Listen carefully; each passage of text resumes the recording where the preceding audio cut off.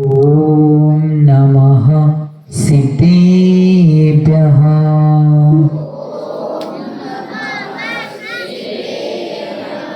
ओम नमः सिद्धेभ्यः।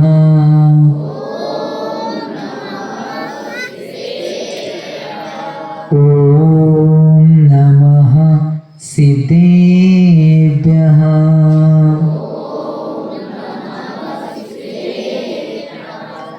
पूजाति पूजयतिभिः सुवन्द्यं संसार गंभीर समुद्र सेतुं ध्याने कनिष्ठं गरिमा गरिष्ठम् आचार्यवर्यं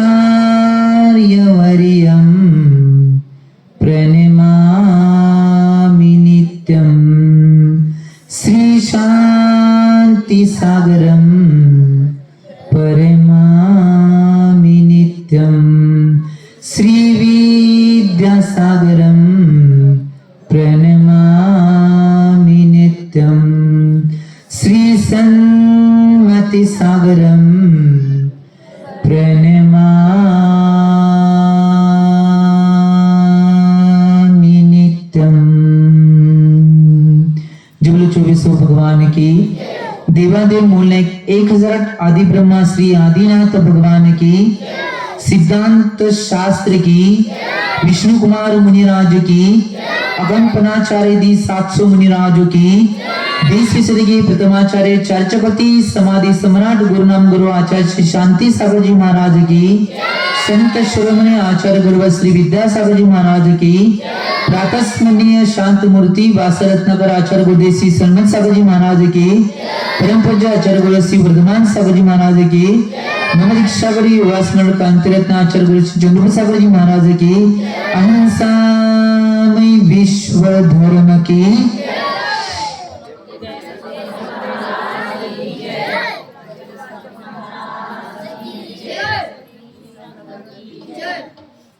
भवी जी हो,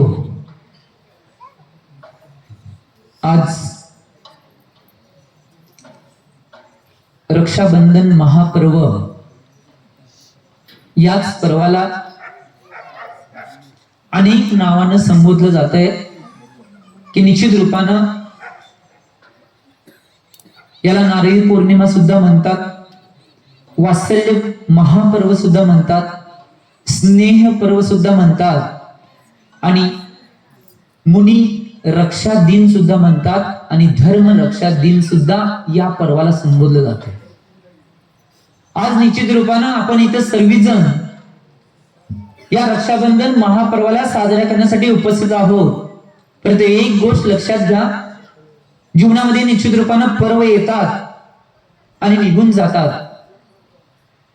आचार्य भगवंतांनी आणि नीतिकारांनी शास्त्रामध्ये सांगितलेलं आहे, पर्व या शब्दाचा अर्थ संस्कृत डिक्शनरी म्हणजे कारतंत्र लोकमालामध्ये सांगताना आचार्य भगवान शिववर्म स्वामीजी म्हणतात की पर्व या शब्दाचा अर्थ आहे जोडणे, की निश्चित रूपाने हे पर्व आम्हाला आमच्या इतिहासाशी जोडतात, आमच्या धर्माशी जोडतात आणि निश्चित रूपानं हे पर्व आहे ते सामाजिक परंपरा, धार्मिक परंपरा आणि ऐतिहासिक परंपरा या सगळ्याला जोडणारे काल याला पर्व म्हणतात।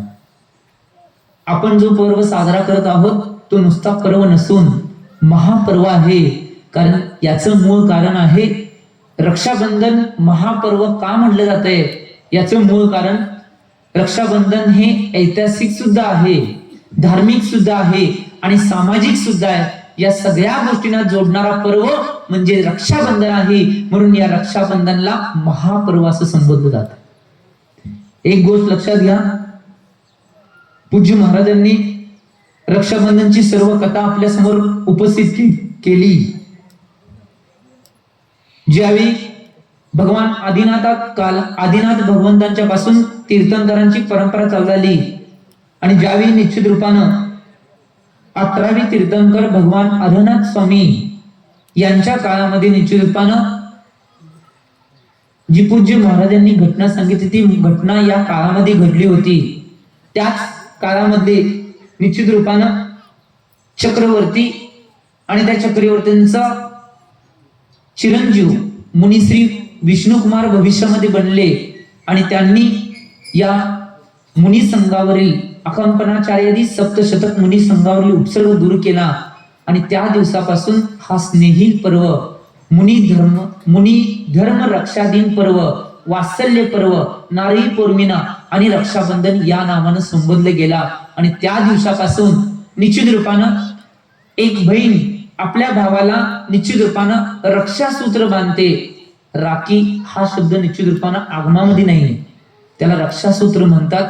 आणि ती बहीण आपल्या भावाला मागणी करते की तू खऱ्या देवशास्त्र गुरूंचं, धर्माचं आणि समान परंपरेचं आणि माझ्या परिवाराचं आणि देशाचं रक्षण तू कर.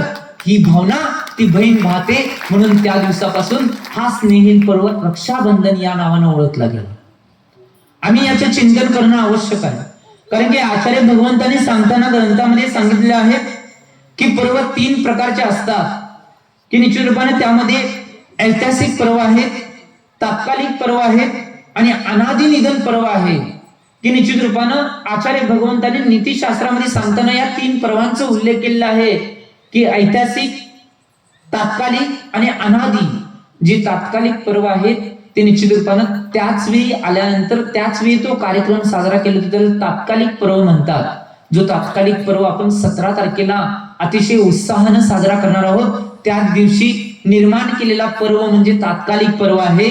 तो 17 तारखेला 68 मंडलीय विधानच्या माध्यमातून याच मंडपामध्ये प्रथमाचार्य शांतीसागर महाराजांचं विधान जैन इतिहासामध्ये पहिल्यांदा या वाळव्याच्या धर्तीवर आपण 17 तारखेला करणार आहोत. त्याला तात्कालिक पर्व म्हणतात. वाळवा म्हणले की टाळ्या वाजवतात. निश्चित रूपानं तात्कालिक पर्वाचं मी सांगाले, वाळव्याचं सांगितलं नाही.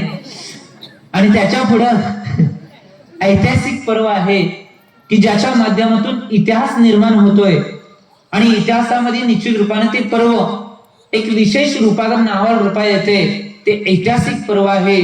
जो आजचं महापर्व आम्ही साजरा करत आहोत ते ऐतिहासिक पर्व आहे, कारण की आमच्या इतिहासामध्ये 18व्या तीर्थंकरांच्या अर्हनाथाच्या काळामध्ये, शासन काळामध्ये घडलेली एक ऐतिहासिक घटना आणि त्या घटनेची निश्चित रूपानं साक्षीदार काळापासून अनादी काळापर्यंत राहावेत म्हणून हे ऐतिहासिक महापर्व आम्ही निश्चित रूपानं प्रत्येक वर्षाला साजरे करून त्या तीर्थंकरांच्या चरणी वंदना आणि नमस्कार आम्ही अर्पण करतोय. आणि त्या ज्या धीर वीर सिंह प्रवृत्ती मुनिराज विष्णुकुमार महाराजांची जी उपकाराची परतफेड आहे म्हणून अनादी काळापासून, अनादी बऱ्याच वर्षापासून निश्चित रूपानं हे पर्व आम्ही त्या विष्णुकुमार मुनिराजांच्या चरणामध्ये समर्पित करतोय आणि त्यांच्या चरणी नमस्कार करतोय की असे मुनिराज ज्यांनी धर्माचं आणि खऱ्या देवशास्त्र गुरूंचं रक्षण केलं, निश्चित रूपानं त्यांच्या चरणी नमस्कार अर्पित करण्यासाठी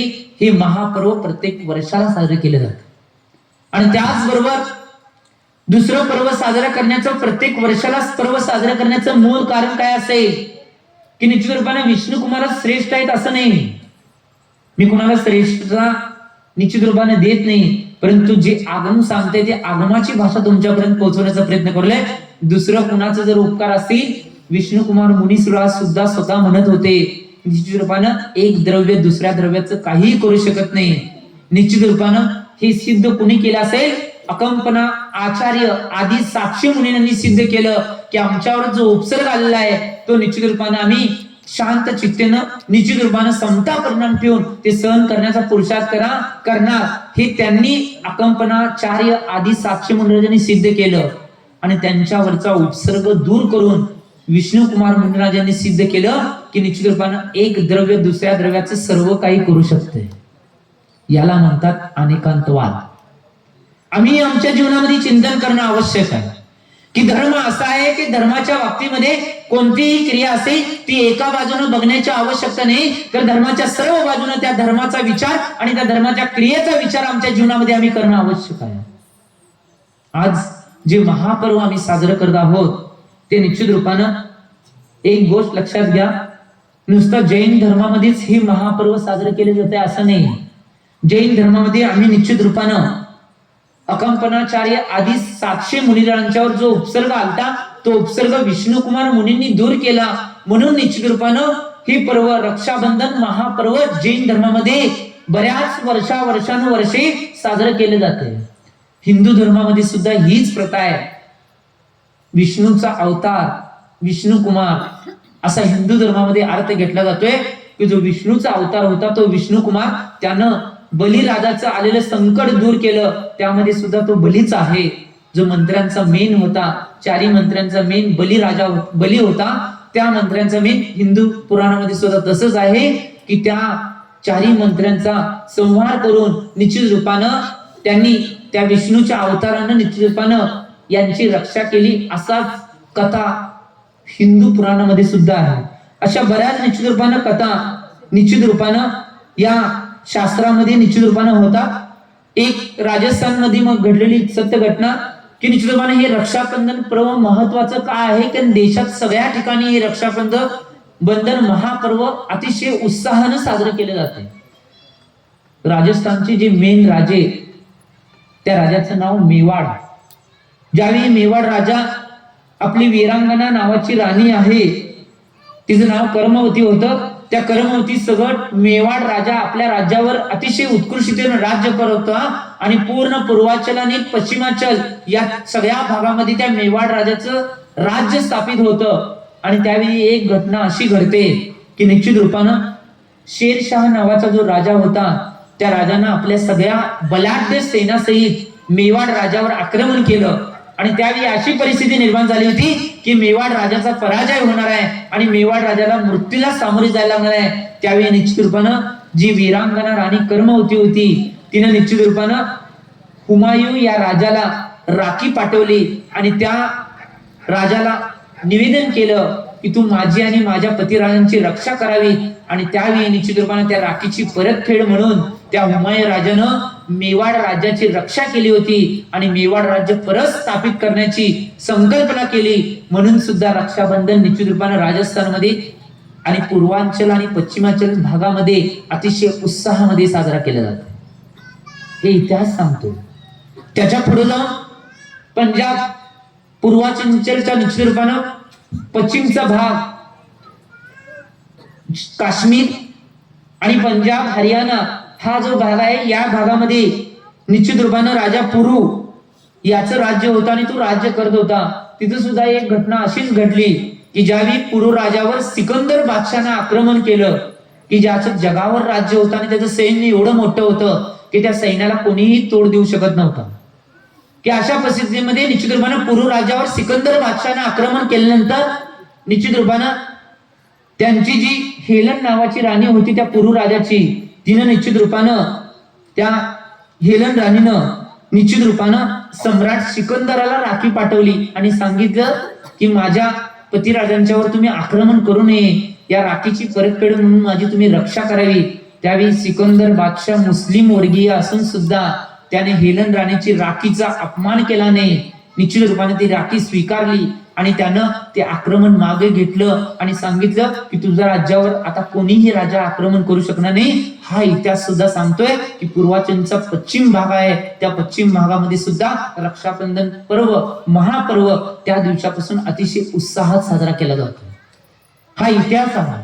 आम्ही आमच्या जीवनामध्ये चिंतन करणं आवश्यक आहे. आमच्या इतिहासामध्ये निश्चित रूपानं विष्णुकुमार मुनिराजांनी निश्चित रूपानं सगळ्या सीमा लांघून जे धर्मावर आणि देवशास्त्र गुरूंच्यावर जे संकट आलं होतं ते संकट दूर करण्यासाठी निश्चित रूपानं जी काही कथा सांगितली ती पूज्य महाराजांनी सांगितली की निश्चित रूपानं त्यांचं संकट दूर केलं आणि निश्चित रूपानं आज या महापर्वाला साजरं करण्याचं मूळ कारण या इतिहासामुळं आम्हाला प्राप्त होतंय. हा इतिहास आहे. आम्ही सुद्धा आमच्या जीवनात चिंतन करणं आवश्यक आहे.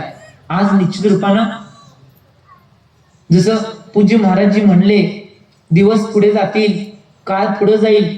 आम्ही तर निश्चित रूपानं पापी जीव आहोत, कारण की हुंडा उसरपणी काळाच्या दोषामध्ये आम्ही जन्म घेतलाय. कारण की असंख्यात उसरपणी आणि असंख्यात अवसरपणी काळ निघून गेल्यानंतर एक हुंडा उसरपणी काळ येतोय आणि त्या हुंडा उसरपणी काळामध्ये विपरीत घटना सगळ्या घडतात आणि आम्ही ज्या काळामध्ये जन्म घेतले ते सुद्धा हुंडा उसरपणीच काळ आहे, त्यामुळे आम्ही पापी जीव आहे.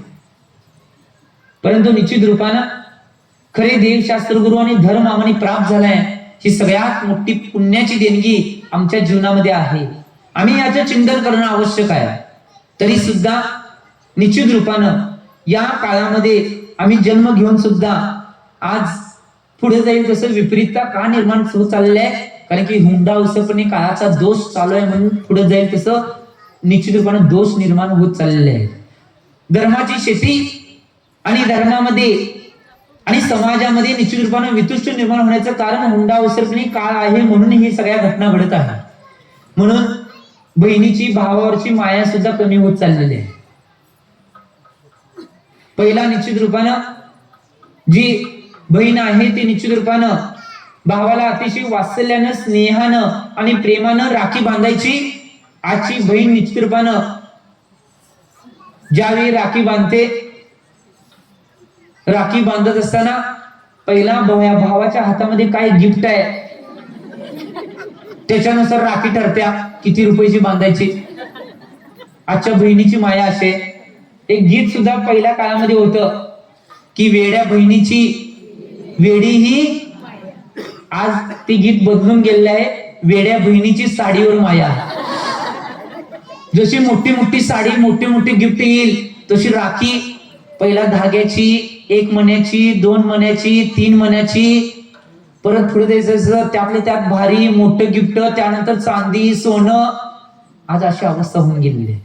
आम्ही चिंतन करणं आवश्यक आहे. महापर्व कितीही काळ निघून जाऊ दे, हुंडा उसरविणाऱ्या काळाचा दोष असून दे, कोणताही काळ असू दे, परंतु पर्व साजरे करत असताना, महापर्व साजरे करत असताना निश्चित रूपानं जसं प्रेम, जसं वात्सल्य इतिहासामध्ये सांगितले तसंच वात्सल्य आणि तसंच प्रेम आम्ही निश्चित रूपानं सगळ्यांच्यावर ठेवणं आवश्यक आहे. त्यालाच रक्षाबंधन महापर्व आणि रक्षाबंधन वात्सल्य पर्व साजरे करणे म्हणतात. नाहीतर आम्ही नुसता स्वाहा काही उपयोग नाही. आम्ही याचं चिंतन करणं आवश्यक आहे. कारण की जीवनामध्ये कोणतेही पर्व, कोणत्याही तिथी ह्या येत असतात.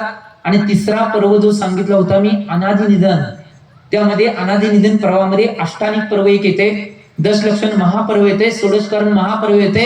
हे जे पर्व आहे ते अनादि निधन पासून चालला चाललंय, ते निश्चित रूपानं आम्ही साजरे करणारच आहोत. निश्चित रूपानं तरी सुद्धा आम्ही आमच्या जीवनामध्ये चिंतन करणं आवश्यक आहे. आज एक गोष्ट लक्षात घ्या, तुम्ही रक्षाबंधन महापर्व साजरा करत आहात. इथं बसलेली सगळी व्यक्ती आहेत ज्यांच्या ज्यांच्या कानावर माझा आवाज जात आहे, त्याने निश्चित रूपानं आजच्या दिवशी एकच संकल्प बांधणं आवश्यक आहे की मी रक्षाबंधन महापर्व साजरे करत आहे. मी बहीण असून दे, भाऊ असून दे, मी आई वडील असून दे, काका काकी असून दे, मामा मामी असून दे, कोणी आजी आजोबा असून दे, सासू सासरे असून दे, कोणी नात्यानं कोणी असून दे, फक्त आजच्या दिवशी एकच संकल्प या मंडपातून तुम्ही घेऊन जावा.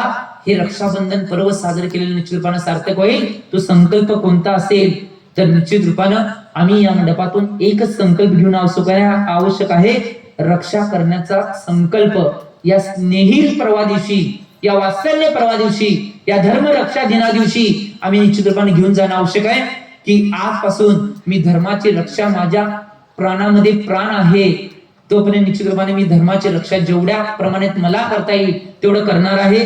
त्याच्याच बरोबर मी निश्चित रूपानं खऱ्या देवशास्त्र गुरु आणि मुनींची रक्षा निश्चित रूपानं माझ्या प्राणामध्ये प्राण आहे तोपर्यंत ज्यावेळी मला करता येईल त्यावेळी मी करणार आहे.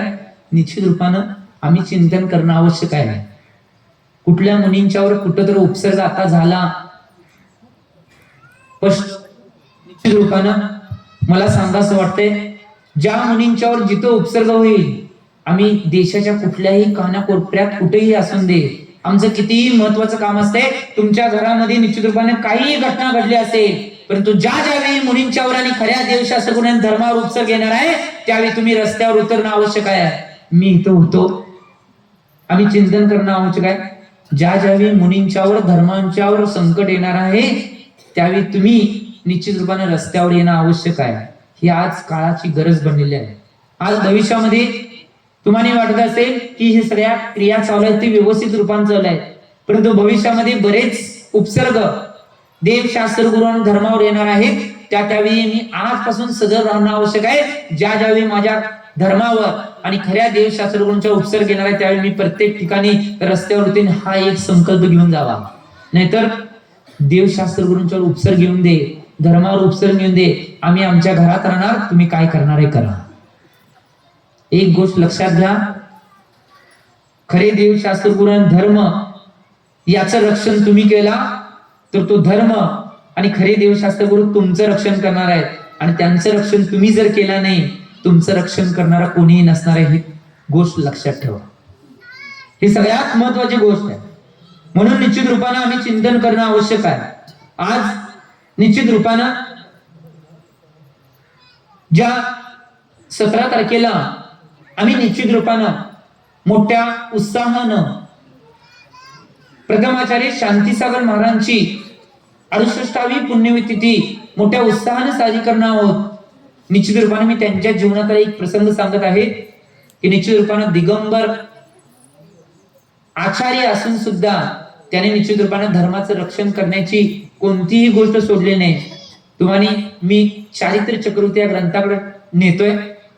तुम्हाला कोणी जर वाचला असेल तर चारित्र्य चक्रवर्ती या ग्रंथामध्ये आचार्य भगवानचा एक प्रसंग इतका उत्कृष्ट आहे की धर्माचं रक्षण कशा पद्धतीने करायचं आहे, खऱ्या देवशास्त्र गुरूंचं रक्षण कशा पद्धतीने करायचं आहे हे कुणाकडून शिकायचं असेल, या काळामध्ये आमच्या डोळ्यासमोर जर कुणी केलं असेल तर ते प्रथमाचार्य शांतीसागर महाराज होते. त्यांनी देवशास्त्र गुरु धर्माचं रक्षण निश्चित रूपाने अशा पद्धतीने केलं होतं की आपलं सर्वस्व बलिदान निश्चित रूपाने देऊन या धर्माचं आणि देवशास्त्र गुरूंचं रक्षण करण्याचा पुरुषार्थ त्यांनी केला होता. मी काही वर्षामागे तुम्हाला नेतोय की निश्चित रूपानं 40 ते 50 1940 ते 1950 सालाच्या मधली ही घटना. आचार्य भगवान शांतीसागर महाराज अकलूजच्या शेजारी एका ठिकाणी विराजमान होते आणि त्यावेळी आपल्या धर्मावर एक संकट आलं की अकलूज या ठिकाणी जे खालच्या समाजाचे लोक आहेत ते मंदिरमध्ये प्रवेश करणार होते. ज्यावेळी ही बातमी प्रथमाचार्य शांतीसागर महाराजांच्या कानावर पोहोचली, त्या प्रथमाचार्य शांतीसागर महाराजांच्या कानावर पोहोचल्यानंतर त्यांनी निश्चित रूपाने तडकाफडकी तिथनं विहार केला आणि ते अकलूज या ठिकाणी पोहोचले. आणि त्यावेळी त्यांनी निश्चित रूपानं बऱ्याच जणांना समजावून सांगून ते धर्मावर आलेले संकट मिटवण्याचा प्रयत्न केला, परंतु त्यांना लक्षात आलं हे धर्मावर आलेले संकट 3 काळामध्ये मिटणार नाही. त्यावेळी निश्चित रूपानं प्रथमाचार्य शांतीसागर महाराजांनी संकल्प केला की मी आजपासून माझ्या धर्माचं संकट जोपर्यंत दूर होत नाही तोपर्यंत सगळ्या प्रकारच्या अन्नाचा त्याग करतोय. अन्न सोडून बाकीच्या सगळ्या वस्तू मी ग्रहण करेन, परंतु अन्न जोपर्यंत धर्माचं रक्षण होत नाही तोपर्यंत मी सगळ्या प्रकारचा अन्नाचा त्याग करतोय. आणि त्यांनी कायस्वरपूर्वक त्याग केला.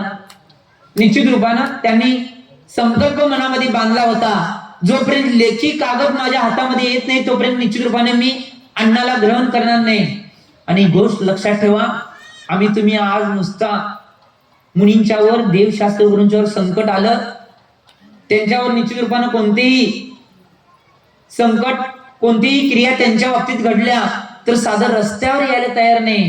परंतु प्रथमाचार्य शांतीसागर महाराज होते, त्यांनी ज्यावेळी कायस्वरूपपूर्वक संकल्प घेतला निश्चित रूपानं ते संकल्प पूर्ण व्हायला आणि धर्माची रक्षा आणि खऱ्या देवशास्त्र गुरूंची रक्षा व्हायला 1105 दिवस लागले. किती दिवस? 1105 दिवस. 1105 दिवसानंतर निश्चित रूपानं त्यांच्या हातामध्ये जे हायकोर्टचे जज आहेत त्यांनी एक पत्र आणून दिलं. त्या पत्रामध्ये लिहिलं तर जैन धर्म हा स्वतंत्र धर्म आहे आणि यांच्या धर्मावर कोणीही अधिकार सांगू शकत नाही आणि यांच्या मंदिरमध्ये कोणीही प्रवेश करू शकत नाही असं हायकोर्टच्या जजनी ज्यावेळी पत्र दिलं त्यांनी त्यावेळी कायस्वरूप संकल्प सोडण्याचा पुरुषार्थ केला. त्या दिवशी निश्चित रूपानं दिवस होता, तो निश्चित रूपानं चतुर्दशीचा दिवस होता आणि दुसऱ्या दिवशीचा दिवस होता ज्या दिवशी 1105 दिवसानंतर ते अन्नाचा ग्रहण करणार होते. तो दिवस होता म्हणजे नारळी पौर्णिमा, वात्सल्य पर्व, रक्षाबंधन महापर्व. आणि आज सुद्धा तो इतिहास निश्चित रूपानं बारामतीकरांच्या इतिहासामध्ये आज सुद्धा सुवर्ण अक्षरामध्ये लिहून ठेवलेला आहे की चंदू काका सराफांच्या घरामध्ये त्या रक्षाबंधन पर्वा दिवशी 1105 दिवसानंतर प्रथमाचार्य शांतीसागर महाराजांनी अन्नाचा ग्रहण केला होता आणि धर्माचं रक्षण शांतीसागर महाराजांनी एवढं मोठं बलिदान देऊन केलं होतं. आम्ही निश्चित रूपानं एक दिवसाचं तर बलिदान देऊया, आम्ही रस्त्यावर यायला तयार नाही. ज्यावेळी एका मुनिरायांच्यावर परवा निश्चित रूपानं काय आलं झाला उपसर्ग आणि मुनिरांची समाधी सुद्धा झाली. निश्चित रूपानं त्यावेळी मी बघत होतो की किती लोक रस्त्यावर आले होते, कितींच्या मनामध्ये खऱ्या देवशास्त्रगुरू आणि धर्माविषयी आस्था होती. निश्चित रूपानं बरेच लोक आपल्या आपल्या घरामध्ये निवांत बसले होते आणि आम्ही निश्चित रूपानं रक्षाबंधन पर्व साजरं करलो, आम्ही वात्सल्य पर्व साजरा करलो, धर्म रक्षा दिन साजरा करलोय, मुनी रक्षा दिन साजरा करलोय. निश्चित रूपानं चिंतन करा, ज्या ज्यावेळी आम्ही मुनी रक्षा दिन, रक्षाबंधन आणि धर्म रक्षा दिन, वात्सल्य पर्व ज्या ज्यावेळी साजरं करणार आहे त्या त्यावेळी अंतरंगामध्ये एक संकल्प बांधा. ज्या ज्यावेळी आमच्या धर्मावर आणि मुलींच्यावर ज्यावेळी उपसर्ग येणार आहे त्या सगळ्या उपसर्गामध्ये आम्ही धर्माच्या आणि मुलींच्या पाठीशी ठामपणे राहणार आहे. हा एक संकल्प बांधून गेला, नुसतं बांधू नका, हा संकल्प पार पडण्याचा पुरुषार्थ करा, तर रक्षाबंधन साजरं केलेलं निश्चित रूपाने सार्थक होईल. नुसतं मी पेढा खाल्लो, राखी बांधलो, गिफ्ट घेतलो आणि माझ्या घरला गेलो, स्वाहा, काही उपयोग होणार नाही. आम्ही याचं चिंतन करणं आवश्यक आहे. आज निश्चित रूपानं ज्या ज्या गोष्टीचे चिंतन ज्या ज्यावेळी आमच्या निश्चित रूपानं परंपरेवर, आमच्या निश्चित रूपानं धर्मावर आणि आमच्या देवशास्त्र गुरूंच्यावर ज्या ज्यावेळी संकट येणार आहे त्या त्यावेळी त्या निश्चित रूपानं देवशास्त्र गुरूंचा धर्माचं आणि आमच्या परंपरेचं आम्ही रक्षण करण्यासाठी सगळ्यांच्या समोर असणं आवश्यक आहे. त्याच वेळी रक्षाबंधन दिन साजरा केल्यावर निश्चित रूपानं सार्थक होणार आहे. आचार्य भगवान कुंद स्वामींची जी परंपरा आलेली आहे, आचार्य भगवान प्रथमाचार्य शांतीसागर महाराजांची जी परंपरा आहे त्या सगळ्या परंपरेचं रक्षण करण्याचं निश्चित रूपानं संकल्प आणि जेवढ्या परंपरा जैन आगामध्ये चालू आहेत त्या सगळ्याच परंपरेचं निश्चित रूपानं रक्षण करण्याचा संकल्प आमच्या अंतरंगामध्ये आम्ही बांधणं आवश्यक. आज निश्चित रूपानं आम्ही सीमित होऊन गेलोय, आम्ही याचं चिंतन करणं आवश्यक आहे. आज निश्चित रूपानं ही संप्रदाय ती संप्रदाय, या संप्रदायाचा आम्ही आहे त्या संप्रदायाचा आम्ही आहे. निश्चित रूपानं या संप्रदायामध्येच आम्ही सीमित होऊन चालले आहे. पूजा पद्धती कशा पद्धतीने करायची याच्यामध्ये सीमित आहे, धर्म कसा करायचा याच्यामध्ये सीमित आहे, परंतु त्याच्या पलीकडे जाऊन धर्म आणि धर्माच्या क्रिया करणं आवश्यक आहे याच्याकडे कुणाचंच लक्ष नाही. आज त्याच्या पुढे जाऊन अनेक रक्षाबंधन जर पर्व साजरा करायचं असेल तर निश्चित रूपानं आज समाजामध्ये पहिला एक संकल्प तुम्ही बांधून घेऊन जावा आणि की आम्ही या रक्षाबंधन पर्वाला साजरे करत आहोत. निश्चित रूपानं आम्ही दोन गोष्टींचं रक्षण आज करणार आहे, आमच्या मुला आणि मुलींचं रक्षण आम्ही करणार आहे. ही काळाची गरज बनलेली आहे. आज आमच्या मुलींचं धन, मुली रूपी धन आहे आणि मुलं रूपी धन आहे, ते वाचवणं आवश्यक आहे. त्यांचं सुद्धा रक्षण आमच्या जीवनामध्ये आज आम्ही कुठं असेल तिथं करणं आवश्यक आहे. कशाही पद्धतीत असून दे, कोणत्याही पद्धतीत असून दे, परंतु आमच्या धनाला आम्ही वाचवणं आवश्यक आहे. जर आमचं धनच वाचलं नाही तर तुम्ही श्रीमंत किंवा कोणतेही कार्य तुम्ही 3 काळात कधीही करू शकणार नाही. ही गोष्ट तुमच्या अंतरंगामध्ये बांधून घ्या, कारण की एक हा पंचम काळ आहे, त्यात हुंडावसरपणी काळाचा दोष आहे. एवढ्या सगळ्या घटना घडत असताना सुद्धा निश्चित रूपानं आम्ही याचं चिंतन करणं आवश्यक आहे की आमच्या जीवनात काय करायचं आहे आणि कोणत्या गोष्टी करायच्या आहेत. या सगळ्या गोष्टीचं जर चिंतन जीवनामध्ये केलं तर निश्चित रूपानं सगळ्या गोष्टी आम्हाला सार्थ होतील. एक सत्य घडलेली रक्षाबंधनची कथा तुमच्या समोर मी प्रस्तुत करतोय.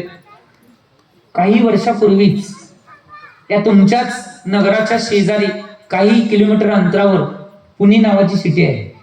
या सिटीमध्ये सत्य घडलेली एक घटना मी उद्घाटित करतोय. निश्चित रूपानं रक्षाबंधन पर्व काय आहे आणि त्या रक्षाबंधन पर्वाचं निश्चित रूपानं आम्ही जर व्यवस्थित पद्धतीने जीवनामध्ये त्याला उतरलं त्या पर्वाला तर आमच्या जीवनामध्ये काय बदल होऊ शकतोय याचं उदाहरण मी तुमच्या समोर प्रस्तुत करत आहे. पुण्यामध्ये एका प्लॉट मध्ये अपंग मुलगी राहत होती. सत्य घडलेली घटना आहे. आणि ती अपंग मुलगी एकटीच, कोणी आई वडील कोणी नातेवाईक तिच्या त्या रूम मध्ये नव्हती. सगळी आपलीच कामं आपली स्वतः करायची आणि सगळ्या गोष्टी पार पडायच्या. आणि एक दिवस ती आपल्या खोलीमध्ये कडी घालून ज्यावेळी बसली होती त्यावेळी निश्चित रूपानं सारखी वारंवार बेल वाजते. बेल वाजल्यानंतर पहिल्यांदा ज्यावेळी बेल वाजते त्यावेळी ती मुलगी जोर जोरात ओरडून सांगते थोडा वेळ थांबा येते. कारण की ती का मुलगी सांगत होती, कारण की त्या दोन्ही मुलीला दोन्ही पाय नव्हते. थोड्या वेळाने परत आणि बेल वाजते. परत आणि मुलगी हाक देते मी थोड्या वेळाने येते थांबा. कारण की मुलीच्या हातामध्ये जे काम होते ते आवरून यायला तिला थोडा वेळ लागणार होता, कारण की त्या मुलीला दोन्ही पाय नव्हते. परत थोड्या वेळाने बेल वाजते. परत आणि आत आवाज येते थोड्या वेळ थांबा मी येते. परंतु जे बेल वाजवणारा व्यक्ती होता तो तिथनं हटायला तयार नाही. ही मुलगी तिच्या कामातून निश्चित रूपानं बाहेर यायला तिच्या पायामुळे तिला येत नव्हतं. ती थोड्या थोड्या प्रमाणात यायचा प्रयत्न करल्या, पुरुषार्थ करल्या आणि ती मुलगी निश्चित रूपाने कसं बसं करत त्या दरवाजापर्यंत येते. दरवाजा उघडते. दरवाजा उघडल्यानंतर तो पुढचा व्यक्ती म्हणतोय की मी एवढा उशीर झाले बेल वाजवले, तुम्हाला दार उघडायला काय होतंय. त्यावेळी ती मुलगी म्हणते की माझ्या काही कामामुळे मला वेळ लागली, मला क्षमा करावी. तो पुढचा व्यक्ती कोण असेल तर तो पोस्टमॅन होता. त्या मुलगीचं पत्र आलं होतं आणि निश्चित रूपानं ते पत्र घेण्यासाठी, परंतु ज्यावेळी तो पोस्टमॅन त्या मुलीच्या हातामध्ये पत्र देत होता त्यावेळी पत्र देत असताना त्याचे लक्ष त्या मुलीच्या पायाकडे गेल्यानंतर आपोआपच त्या पोस्टमॅनच्या डोळ्यातून पाणी येऊ लागलं. आणि त्यावेळी ती मुलगी म्हणली की मामा इथून पुढे तुम्ही निश्चित रूपानं तुमची जी पोस्ट आहे ती निश्चित रूपानं ते टपाल आहे ती इथं दरवाजात टाकत जावा आणि तुम्ही निघून जात जा. कारण की मला यायला वेळ लागणार, मी काही करू शकत नाही. तुम्ही तिथं टाकत जा आणि निश्चित रूपाने निघून जात जा. मी ज्यावेळी मला वेळ मिळेल त्यावेळी मी ते टपाल किंवा पोस्ट घेऊन माझी क्रिया करेन. त्यावेळी ते पोस्टमन म्हणतात की निश्चित रूपाने दीदी जोपर्यंत पुढच्या वेळीपासून तू हातात पोस्ट घ्यायला येत नाही, मी एकदाच बेल वाजवणार, तू केव्हा येणार आहेस तेव्हा ये. तुझ्या हातात मी पत्र दिल्याशिवाय इथनं पुढे कधीही जाणार नाही आणि दुसऱ्यांदा माझी बेल कधीही वाचणार नाही. अशीच वर्षानुवर्षे महिन्यानं महिने निघून गेले. आणि महिने निघून गेल्यानंतर ज्या दिवशी रक्षाबंधन ही महापर्व येणार होतं त्याच्यात एक आठवडा आधी ती मुलगी शेजारच्या एका मुलगीला म्हणते की निश्चित रूपानं माझ्यासाठी एवढं काम उत्कृष्ट कार्य करणारे जे पोस्टमन आहेत त्यांच्यासाठी मी राखी देणार आहे आणि त्यांना एक काहीतरी गिफ्ट देणार आहे. काय गिफ्ट देणार आहे तर त्यांच्या पायामध्ये चांगले बूट असावेत अशी मला वाटते आणि त्यांना बूट मला गिफ्ट द्यायचे आहेत त्या पोस्टमॅनना, त्या मामांना. आणि राखी सुद्धा त्यांना द्यायचं आहे. निश्चित रूपानं त्या पायाची माप मी कसं घेऊ. ती शेजारची मुलगी म्हणते दीदी तू काही घेऊ नकोस, मी सगळं तुझं कार्य करते.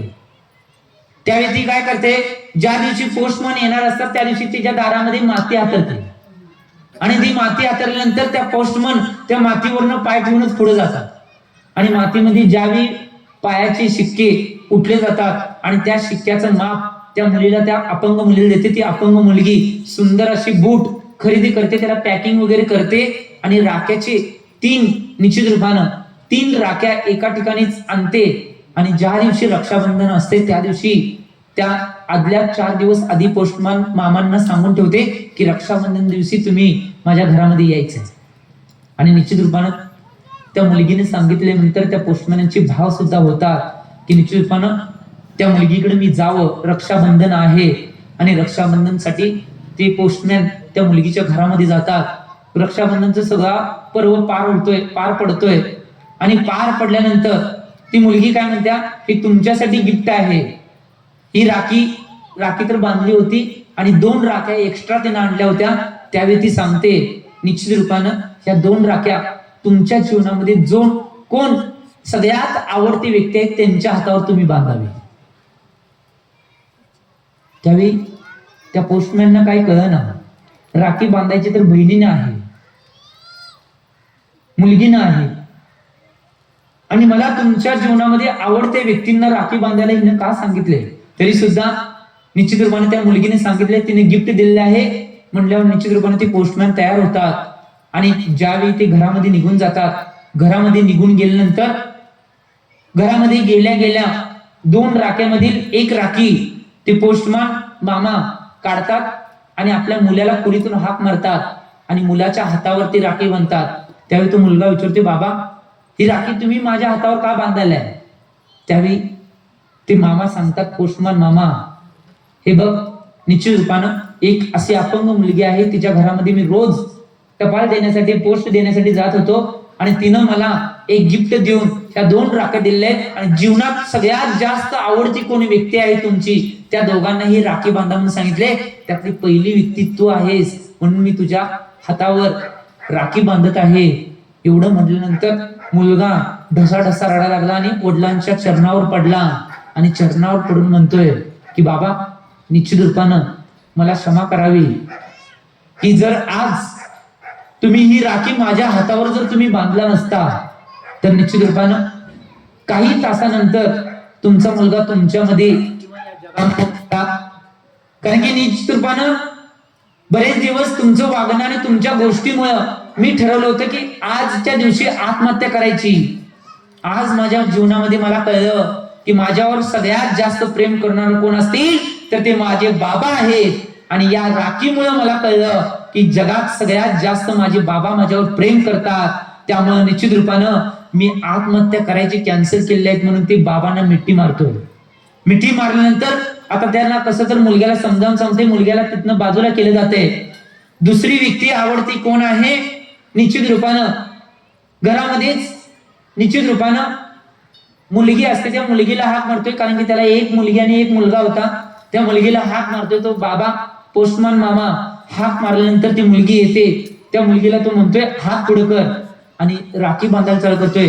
तेव्हा ती मुलगी म्हणते, बाबा राखी तर बहिणीनं भावाला बांधायची असते किंवा मुलगीनं मुलग्याला बांधायची असते, तुम्ही माझ्या हातावर राखी का बांधलाय? त्यावेळी झालेली सगळी घटना परत आणि तो पोस्टमॅन त्या मुलगीला सांगतोय. सांगितल्यानंतर ती मुलगी परत मुलगीनं सांगितल्या माझ्या जीवनामध्ये आवडती सगळ्यात दुसरी कोण व्यक्ती असेल तर ती तू आहेस. पहिला मुलगा आहे आणि दुसरी तू आहेस. एवढं सांगितल्यानंतर ती मुलगी सुद्धा जोर जोरात रडायला चालू करते.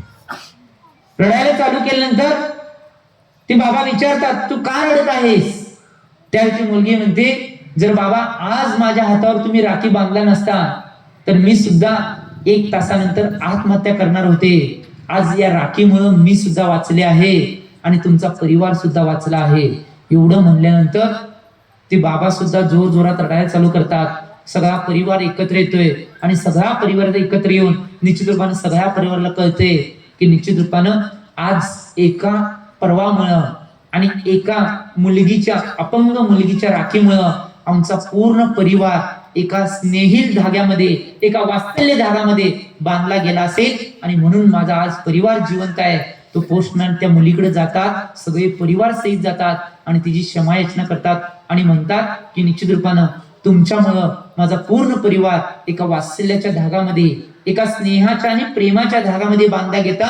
जर तुम्ही 2 राखा केला नसता तर निश्चित रूपानं माझ्या परिवारातले सगळे सदस्य आहेत ते आज निघून गेले असते. मी आणि माझी पत्नी एवढे शिल्लक राहिला असतो. एवढे आभार मानल्यानंतर ती मुलगी म्हणते की निश्चित रूपानं मी दरवर्षी एका व्यक्तीला अशा हुडकते की त्या व्यक्तीनं निश्चित रूपानं आपल्या आवडत्या व्यक्तीनं राखी बांधल्यानंतर प्रत्येक बाबतीत प्रत्येक जीवांच्या बाबतीत अशाच घटना घडल्या. तुम्ही आहे तो 69वा परिवार आहे.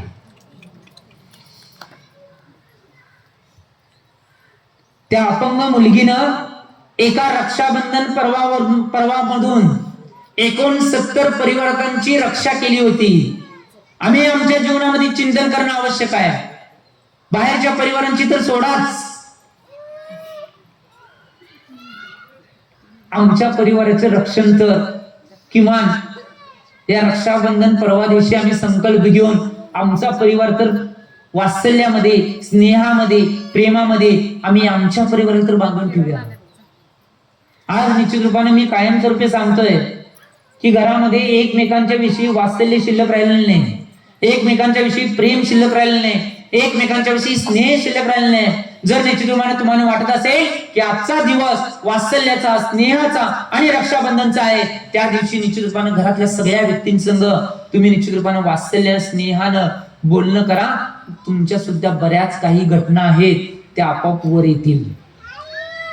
तुम्हाला कळेल तुमच्या घरामध्ये सुद्धा काय काय आहे ते सगळे निश्चितपणे उघडकीस येईल आणि तुमचा परिवार सुद्धा वात्सल्यामध्ये, स्नेहामध्ये आणि प्रेमामध्ये बांधला जाईल. आम्ही आमच्या जीवनामध्ये चिंतन करणं आवश्यक आहे.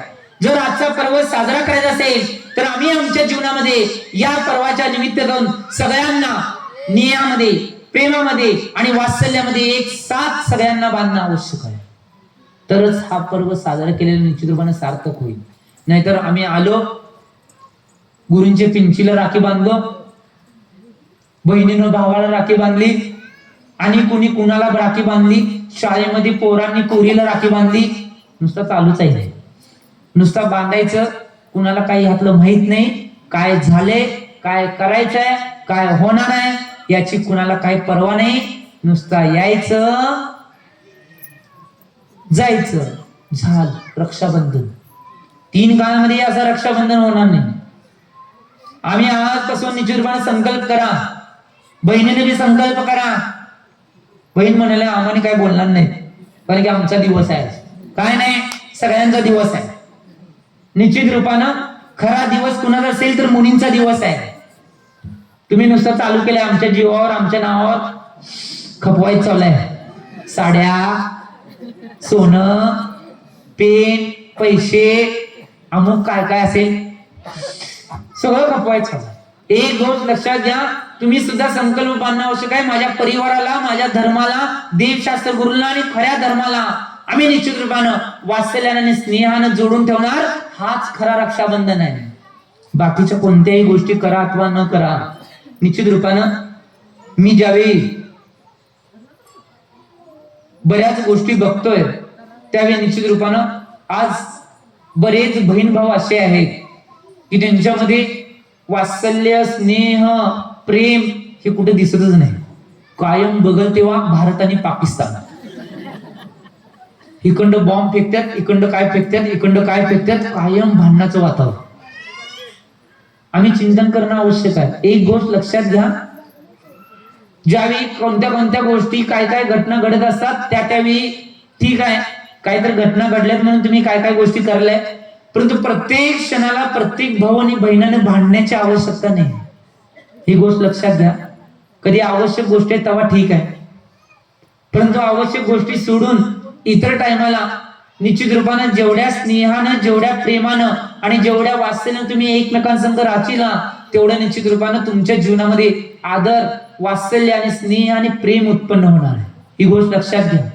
नाहीतर जेवढं जेवढं तुम्ही निश्चित रूपानं क्रोधानं, रागानं, द्वेषानं आणि अकुत्सपूर्वे तुम्ही वर्तन करशीला तेवढं तुमच्यामधील प्रेम नष्ट होत जाणार. मग प्रेम नष्ट व्हायला पाहिजे का वाढायला पाहिजे? काय बोलणार बघा. इकडं मुली आमच्या काय बोलणार, आम्ही भांडणारच. तुम्ही काय बी सांगा, तुम्ही करा वटावटा, हा म्हणले बघा आम्ही निगर गट्टा आहे. काय झालं तरी, काय केलं तर आम्ही थांबणार नाही. कोण काय म्हणले की, एक म्हणलं की आम्ही वाळव्याचे आहेत ना, पुढनं बी वाळवा आणि मागणं बी. निश्चित रूपानं एक गोष्ट लक्षात घ्या, आज ही गोष्ट आठवणार नाही, परंतु ज्यावेळी समजा ब्रह्मचर्य व्रत घेतला, दीक्षा घेऊन जाताना, ब्रह्मचर्य व्रत घेतलं नाही, लग्न करून जाताना कधी तर जाणारच आहे, कुठं तर जाणारच आहे. ब्रह्मचर्य व्रत घेतला तरी जाणार आहे, लग्न केला तरी ब्रह्मचर्य व्रत घेतल्यावर दीक्षा घ्यायला जाणार आहे आणि लग्न केल्यावर सासरी जाणार, कधी तर जाणार आहे. आता आठवणार नाही. जे भांडण, क्रोध कशा आहे सगळे निर्माण झाले, ज्यावेळी तुम्ही इथनं निघून जाणार आहे त्यावेळी तुम्हाला आठवणार की निश्चित रूपानं आम्ही जीवनामध्ये किती चुका केल्या. त्यावेळी निश्चित रूपानं तुम्हाला आठवणार या चुका मी माझ्या जीवनामध्ये करायला नको पाहिजे. एक गोष्ट लक्षात घ्या, एका ठिकाणी सुंदर अशी कविता एका नीतिकाराने निश्चित रूपाने लिहिली आहे की आम्ही आमच्या जीवनामध्ये कसं वर्तन करणं आवश्यक आहे. बांध कलाई पर राखी यू, बहना हंसकर बोली, साथ निभाने मेरे भैया, बोला भैया प्यारी बहना, हमेशा साथ निभाऊंगा, राखी के दिन आऊंगा ही, भले ही मेरी क्या भी होगी अवस्था, राखी के दिन आऊंगा ही. क्या लेकर साडी म्हणलं, लगेच दुसरं काय नाही. दुसरं काय म्हणलं नाही. प्रेम, वात्सल्य, या सगळ्या गोष्टी, धर्म. आणि एक गोष्ट लक्षात घ्या, बहिणीला बी आदरानं सांगतो, ज्या ज्या बहिणी आहेत, जे जे भाऊ आहेत त्यांना बी सांगतो, दोन गोष्टी तुमच्यात एकमेकांच्यात करा, भांडायचं राहून दे. त्यासाठी भांडलं तर चालतंय. जर भाऊ धार्मिक नसेल तर बहिणीनं भावाला धार्मिक करावं आजच्या दिवशी रक्षाबंधन. आणि जर बहीण धार्मिक नसेल तर भावानं बहिणीला धार्मिक करावं. एक संकल्प, बहीण भावांचा आजचा एक संकल्प बांधून घेऊ. निश्चित रूपानं धर्माची रक्षा, देवशास्त्र गुरूंची रक्षा निश्चित रूपानं तुम्ही करचेला. भाऊ बहिणींची एकमेकांची रक्षा करचेला, देशाची सुद्धा रक्षा करचेला. पण तो एक संकल्प बांधून गेला, मी निश्चित रूपानं माझ्या भावाला धार्मिक बनवेन. बहीण अशी कधी म्हणते काय? महाराजांनी विचारलं, तुझा भाऊ येत नाही कधी? कोण महाराज विचारतात की एकमेकांना, बहिणींना, महाराज किती सांगितलं तर ऐकत नाही, काय करू आम्ही? काय करू? इतर टायमाला कधी तर काय तर झालं, काय तर वस्तू पाहिजे असेल, काय तर पैसे पाहिजे असेल, तर भांडून असं भांडून की नाकाच्या शेंड्यावर राग जातो, नाक वाकडं होते, काय काय होते कोणास ठाऊक. त्यावेळी भांडून सगळं घेणार. परंतु ह्या गोष्टी करायला महाराजांनी सांगितले, धर्म करा, धर्माच्या क्रिया करा, आचरण करा, हे कधी सांगणार नाही. आम्ही काय सांगू? त्यांनी काय तर करून द्या, आमचं आम्ही करले ना. एक गोष्ट लक्षात घ्या, सगळ्यांना बरोबर घेऊन जायचं असते. म्हणून हा वात्सल्य पर्व आहे. तुम्ही सुद्धा सगळ्यांना आपल्याला बरोबर घेऊन जावा.